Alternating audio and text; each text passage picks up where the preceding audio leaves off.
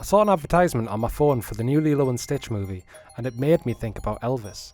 Unlike Elvis, I managed to finish my shit without any kills. So I thought to myself, could I complete Oblivion Remastered without killing or even attacking anything? This is an obvious homage to MittenSquad, and the basic premise is to try and get through the main storyline of Oblivion without attacking or even killing anything. I made a generic character and called him Chungus. I started in prison by trying to make an obstacle course but failed. Patrick Stewart then tried to flirt with me, which failed. And I changed the difficulty of the game as the challenge is just to see if it is possible. I watched on bravely as the captain of the Blades gave her life to Imhotep and held a torch like a good boy. The Blades then abandoned me and the real challenge could start. I ran past the rats just as I do every time I walk through Newcastle. I did a sick jump over a zombie just like when I walk through Sunderland, and sprinted through caves of goblins just like when I walk through whichever town or city you live in. I found myself back with the Blades, where Patrick Stewart once again tried to get into my delicate little pants. I chose the star sign of the ritual to gain Mara's gift for healing and to be able to ward off the undead. The cult once again tried to kill Daddy Stewart, but were unsuccessful until he gave his baby boy a shining amulet. He said something about giving it to someone, but all I heard was take it to Kashi's. The Emperor died either from the Assassin's Creed or a difficult poo. Either way, there was shit in his pants. Barus played his role well and let me create my class. I chose major skills and attributes built around defense and avoiding a fight. In hindsight, light armor might have been better than heavy, but I've never been one to sneak around anyway. Like my great grandmother told me when I was a boy, run and hope is the best way to make it through a war. I left the sewers where the real game could begin. After admiring the views, I fast travelled to Wayne Priory and spoke to Joffrey. He sent me to find Sean Bean, and to convince him to come with me, I had to shut an Oblivion gate. I can close any pair of legs without attacking, so surely I can close an Oblivion gate. Once entering, a weird scamp chased me, and I ran past it just like my dad ran past me on his way to Mexico when I was 5. After running past everything else, I came to my first obstacle. The Sigil Keeper has a key, and to proceed, I need that key. First I tried luring him off the edge of a path, but it failed, and I wondered if this challenge was over before it began. After a while I gave up, but noticed that when I entered the room, he didn't attack me until I spoke to the man in the cage. So I reloaded, went back in, and went straight for the pickpocket. It worked, and I was on my way with a shiny new key. Without any issues, I took the sigil egg and waited for the doctor's regeneration to finish downstairs. Once out, I collected my personal Sean Bean, and just like Littlefinger, I took him to see Joffrey. The Priory was under attack, and I knew I had to keep Sean Bean safe, so I stood to the side and let him attack armed attackers in a priest's robe with a butter knife. As the saying goes, give a man a fish and he'll eat for a day. Teach an emperor to attack cultists with a knife and you'll never work a day in your life. Despite literally only having one job while I found the heir to the throne and closed the portal to hell, Joffrey still managed to lose the shiny amulet Daddy had gotten me.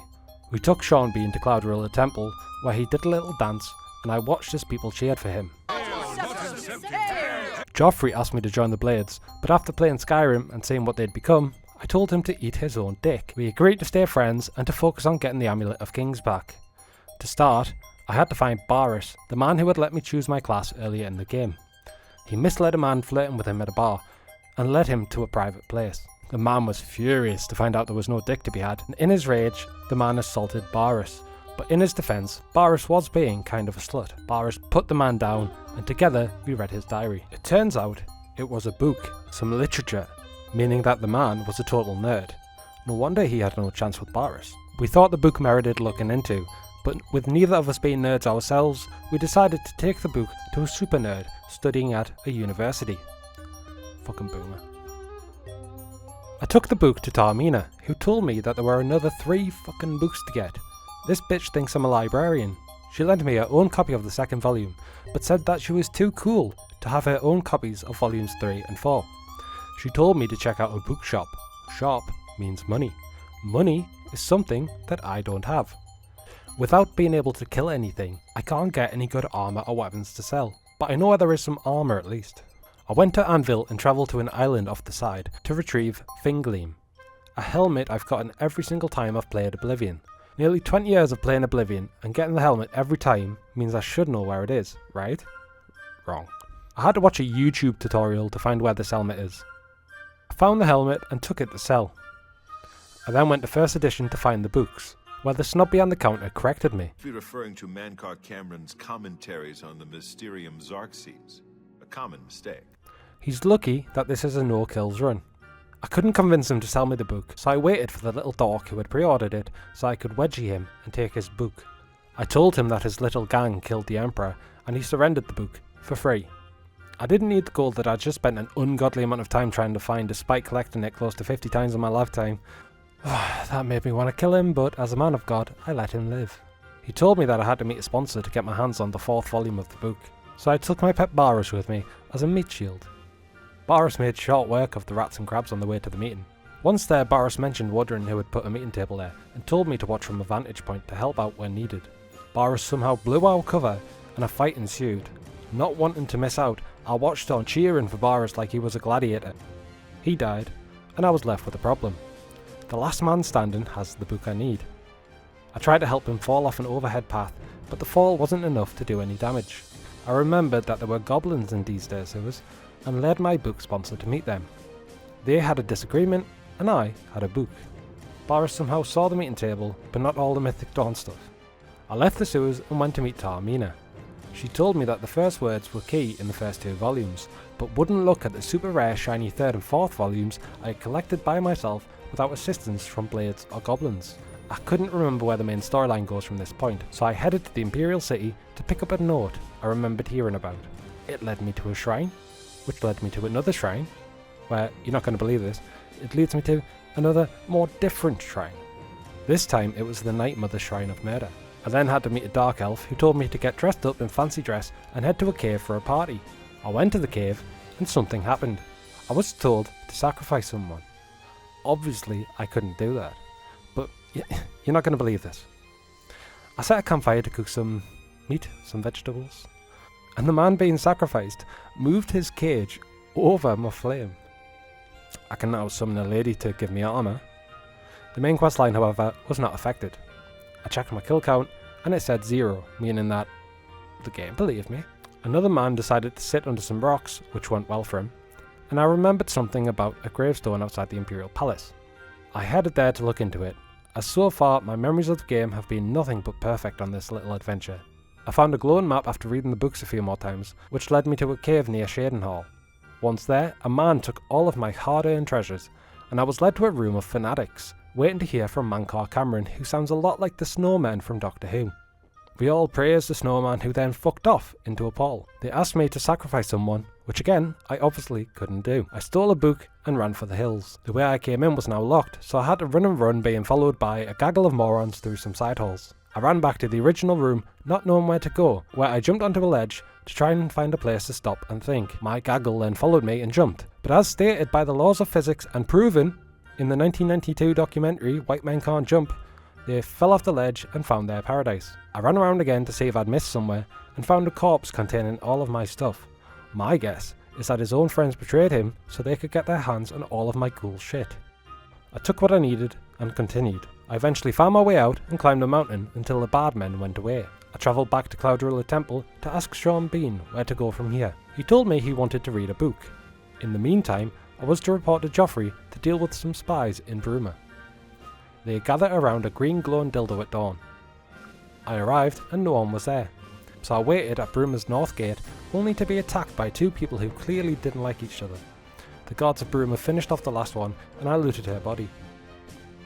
I then went to Captain Falcon and told him that the spy was someone he somehow knew. He told me I could go through her knicker drawer unhindered by the town guard, so I cleared my sinuses and ransacked her house. I went into the basement and found a note. I then found the second spy and sort of took them out. They followed me, then I followed them, then a bandit, a spy and an Imperial guard walked into a bar. The guard killed the bandit and the spy, and I left wondering why that bandit was such a high priority that I had to chase the spy all that way just to make sure she somehow died. Sean Bean then told me he cracked the first part of the code. We needed a Daedric artifact. His book told me to go to the Shrine of Azura, not too far from the cave where I stole a different book from morons. Once there, I found some different morons and tried to access the shrine. This stuck-up bitch Azura needs a stronger champion. So in Oblivion, enemies level with you. So by leveling up, I'm just making the game more difficult for myself. I brought a wolf into the pack for shits and giggles. A will-o-wisp fucked up a lizard, and I needed to find a bed to sleep. I went back to Bruma, knowing that a certain house had just gone on the market. But somehow, despite her being dead, I'm still trespassing. I found a beggar's bed and slept. I leveled up my speed, endurance and personality. I went back to the shrine and bribed a man to tell me what he knows. He told me I needed glow dust, so I went to the main ingredient and bought some. Now the tricky part. Azura told me to kill some vampires. How in Oblivion am I supposed to do that? I played with traps, I pulled them towards an Oblivion gate, I got infected by AIDS, and could only manage to kill a couple of them. Most of the time, I hid behind a rock hoping that they'd hit each other in the crossfire. I eventually gave up and decided to find another shrine. From my already brilliant memory of this game, Shia Gorath's shrine doesn't need any murder, and involves a small village, so I travelled to Leowyn and travelled north to find the village and the shrine. Once there I was told he likes rain, and to leave a head of lettuce, some yarn and a lesser soul gem. A crab then came at me and a weird lizard took it out. Then I headed to the Imperial Market for some light shopping when I was attacked by the Mythic Dawn. I went from shop to shop trying to find what I needed, but apart from a head of lettuce, I had no luck. I eventually searched boxes and barrels outside and found yarn. I had to travel to the Anvil Mages Guild to buy a lesser soul gem. I went back to Shia Gorath's shrine, and he told me to go to Border Watch and talk to them about a Kashara prophecy. The Kashara prophecy involves a swarm of vermin, famine and a plague of fear. I went to the inn where the hostess makes a very strong cheese. She keeps it locked away because of the smell, so I snuck into the corner and opened the display. I went to sleep hoping that the smell would attract rats. It didn't. So I stole the cheese and put it in a pot. This worked, and one cat started putting rat poison down. I stole it instinctively and had to put it in the sheep's feeding troughs. Now, you may think that this is me killing the sheep. I am not. I'm just putting my own personal rat poison that I stole fairly into the sheep's trough for storage. The sheep are stealing it. Theft is punishable by death. This one is on them. The kill count once again agrees with me.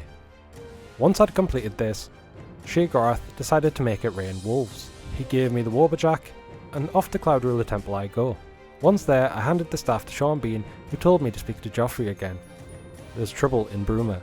An Oblivion gate has opened, and I, the great hero of Kvatch, which is still overrun by Daedra by the way, must step in to help. Me, Captain Falcon and his cronies headed in. They did the killing and I ran straight through. This whole gate isn't a problem, just get to the top of the tower and take the sigil egg, with the Bruma guard dealing with the enemies. We get to the top of the sigil tower and the doors are locked. The sigil keeper has the key, and only Captain Falcon is left to help. He got fucked by some scamps before pulling an Uno reverse card and fucking the Daedra. I collected the sigil egg and returned to Cloud Ruler Temple.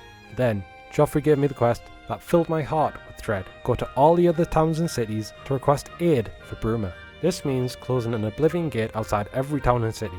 Hopefully I can just follow Sean Bean's questline to skip this altogether. I went up to Sean Bean, who told me I needed to find the armour of Tiber Septim, otherwise known as Talos. I went there and couldn't remember a single thing about this quest. The basic premise is simple. His armour is hidden behind a force field.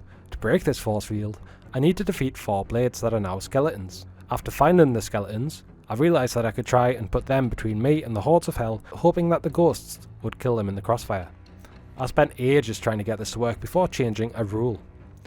I could have spent hours jumping and running around hoping that the ghosts would kill them eventually, or I can make it simple. Deal some damage but not kill the skeletons. Then let the ghosts finish them off. Yes, it is possible to complete this game without attacking anything so far, but between work and looking after my kids, I didn't want all of my spare time to be spent trying to get fictional ghosts to kill skeletons. You've heard the saying, what is dead may never die. But one by one they fell like Gary Glitter soap in the shower. Weirdly, one of them didn't want to attack me, he was actually just scared of my ability to lead an army of ghosts. One of them was already there as a ghost, being attacked by his own skeleton. It was kinda weird. But then all the ghosts started trying to attack the nice ghost, which made it a bit tricky. I still won and collected the armour. Next, I needed a Great Wicked Stone. Simple, run in, grab it, run out. That was the plan anyway. Inside wasn't too hard, as goblins, zombies and skeletons are all fighting a war inside. I did what any good journalist would do, and walked across an active war zone hoping not to die. I finally came across the stone, wiped off the cum, and took it. The doors lock when you grab the stone, so fuck.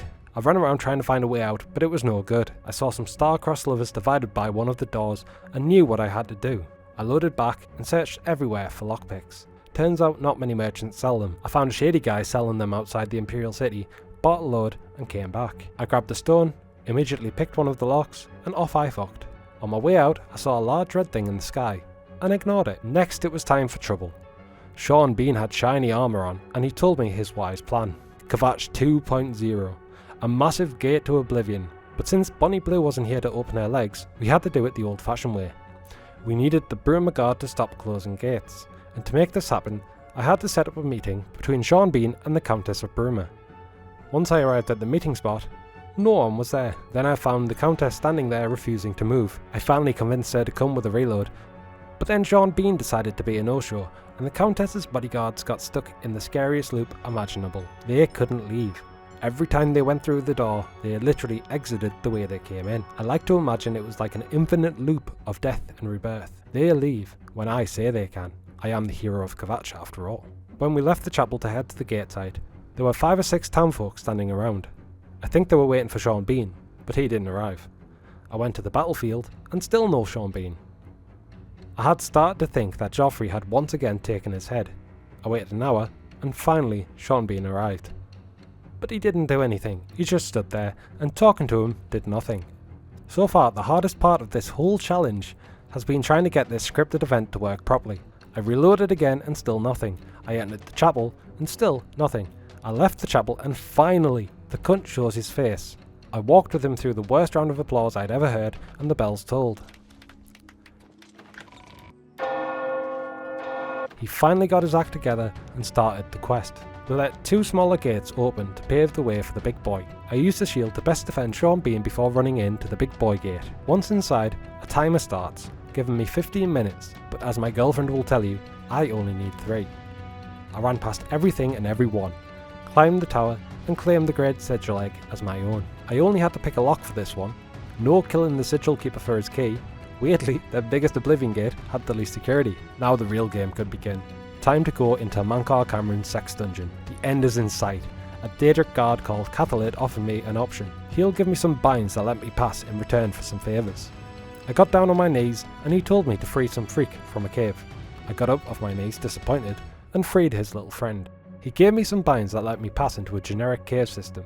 This is supposed to be paradise, and I'm just in generic caves. A man approached me claiming that he was the one to open the Great Gate at Kvatch, and also the one who planned the Emperor's assassination. Yeah?